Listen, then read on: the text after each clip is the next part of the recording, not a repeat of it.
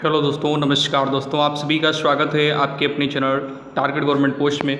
दोस्तों, बीएड प्रवेश परीक्षा जो भी रह गई हैं उन परीक्षाओं के लिए सामान्य हिंदी का ये लाइव टेस्ट है और सारे के सारे बहुत ही इंपॉर्टेंट क्वेश्चन है जो अक्सर एग्जाम में पूछे जाते हैं। तो जो हमारी प्यारे भाई बहन जुड़ते जा रहे हैं भाई, वीडियो को लाइक करके भी शेयर कर दें। और ये लाइव टेस्ट आपको 7:45 पर इसी प्रकार से मिलेगा, ठीक है, रेगुलर मिलेगा। और जो क्वेश्चन मिलेंगे आपके प्रैक्टिस के लिए एक बढ़िया क्वेश्चन होगा और ये प्रश्न पत्र के तौर पर आपको मिल रहा है। तो सभी लोग तैयार हो जाइए आंसर देने के लिए। चलिए, तो पहला क्वेश्चन ये रहा आपके स्क्रीन के सामने और बहुत ही अच्छा क्वेश्चन है। यहाँ पर दिया गया इस प्रश्न पत्र में कि शशक का पर्यायवाची शब्द क्या होगा। खरगोश होगा, चंद्रमा होगा, शिशु होगा या फिर मृग होगा। तो सभी को पता है कि शशक का जो पर्यायवाची होता है वो क्या होता है भाई, खरगोश होता है, ठीक है ना। बिल्कुल सही आंसर दिया आप सभी लोगों ने। कॉमेंट सेशन में सभी लोग आंसर देंगे, बहुत अच्छे। गुड इवनिंग सभी को, उम्मीद है आप सभी लोग अपने घर पे स्वस्थ और सुरक्षित होंगे। अगला प्रश्न आपके स्क्रीन के सामने है, गंगा गए गंगादास, जमुना गए जमुनादास। लोकोक्ति का सही अर्थ यहाँ पर क्या है। तो 4 विकल्प यहाँ पर दिए गए हैं, आपको कोशिश करना है इनमें से कोई एक विकल्प सही करके दिखाना है। चलिए, बहुत बढ़िया। देखिए 52 नंबर पे आपका जो राइट आंसर हो जाएगा वो निम्न में से राइट आंसर कौन सा हो जाएगा। देखिए, गंगा गए गंगादास, जमुना गए जमुनादास। अपने काम से काम रखना बिल्कुल नहीं, तीर्थ यात्रा करना बिल्कुल नहीं, महान भक्त होना ये भी नहीं होगा, यानी अवसरवादी होना बिल्कुल सही आंसर है। अगला क्वेश्चन यहाँ पर 53 नंबर है दोस्तों, स्पीड टेस्ट है। तो आप लोग इस लाइव टेस्ट में फटाफट से आंसर देंगे जिससे कि कम समय में आपके मैक्सिमम क्वेश्चन हो पाएँ। यहाँ पर देखिए दिया गया है सूर्य का पर्याय नहीं है। निम्न में से सूर्य का पर्याय कौन सा नहीं है, यानी पर्याय बोले तो पर्यायवाची होता है दोस्तों। 53 नंबर पे राइट आंसर आपका यहाँ पे क्या हो जाएगा।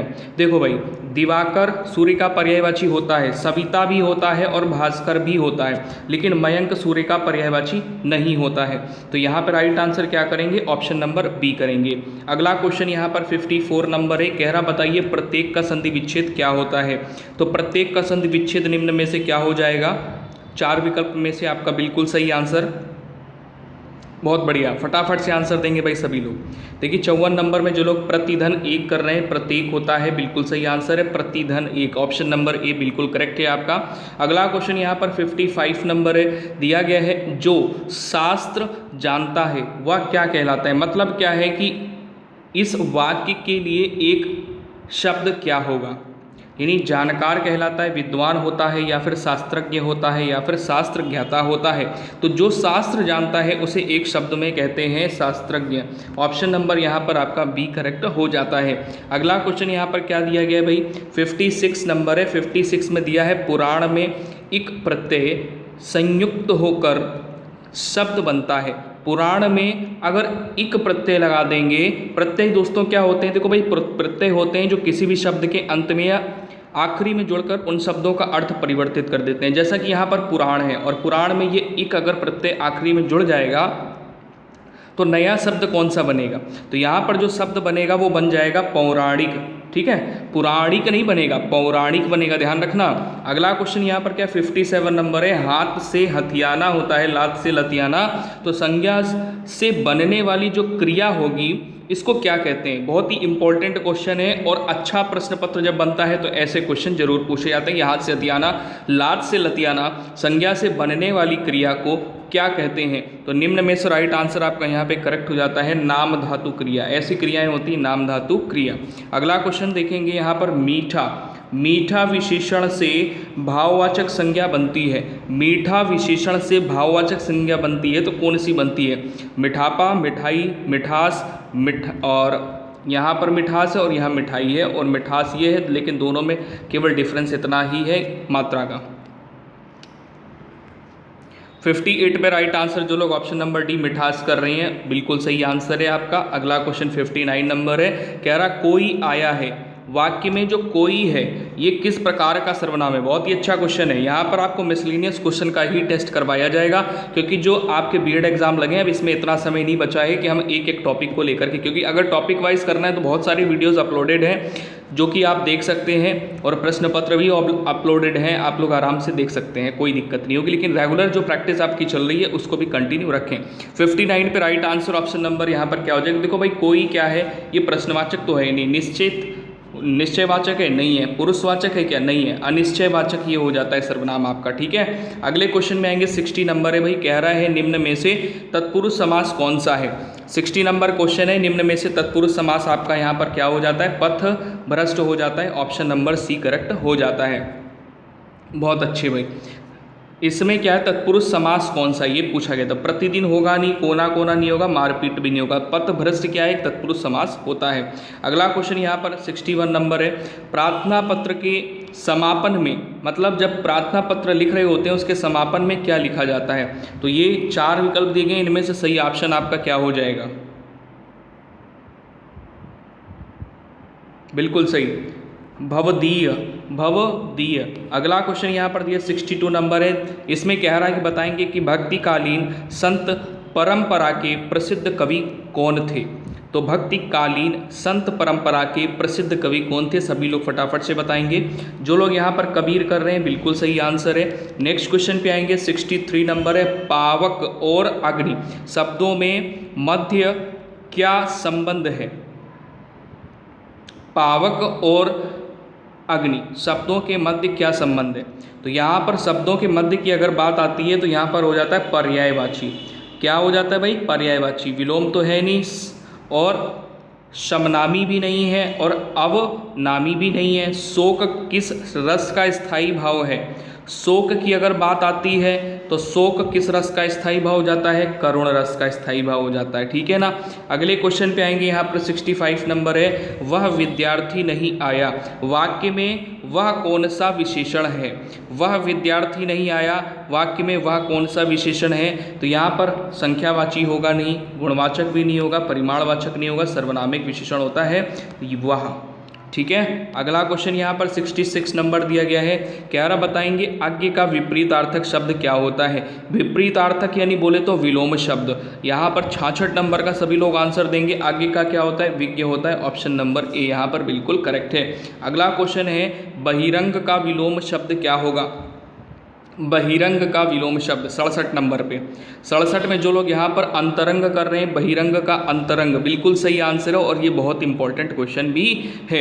अगला क्वेश्चन यहाँ पर दिया गया 68 नंबर में। कह रहा बताएंगे कि निम्नलिखित वाक्यों में से एक में अपादान कारक कि विभक्ति चिन्ह का प्रयोग हुआ है। अब आपको अपादान कारक पता होना चाहिए। तो अपादान कारक का क्या होता है भाई? इसमें जहाँ पर से परसर्ग मिल जाए आपको, से परसर्ग, और वस्तु, या फिर हम कह सकते हैं कि वहाँ पर अलग होने की बात हो रही हो, कोई वस्तु अलग हो रही हो कहीं से, या फिर वहाँ पर अलग होने की बात हो रही हो, वहाँ पर अपादान कारक हो जाता है। तो 68 नंबर पे आकाश से गिरी एक बूंद। तो आकाश से बूंद क्या है?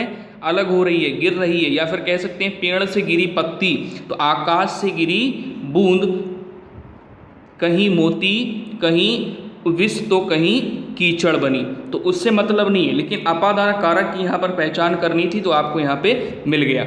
अगला क्वेश्चन यहाँ पर क्या है भाई? स्फूर्ति शब्द का तद्भव शब्द पूछा गया है। तद्भव रूप क्या होगा स्फूर्ति का? तद्भव मतलब हिंदी का शब्द पूछा गया है।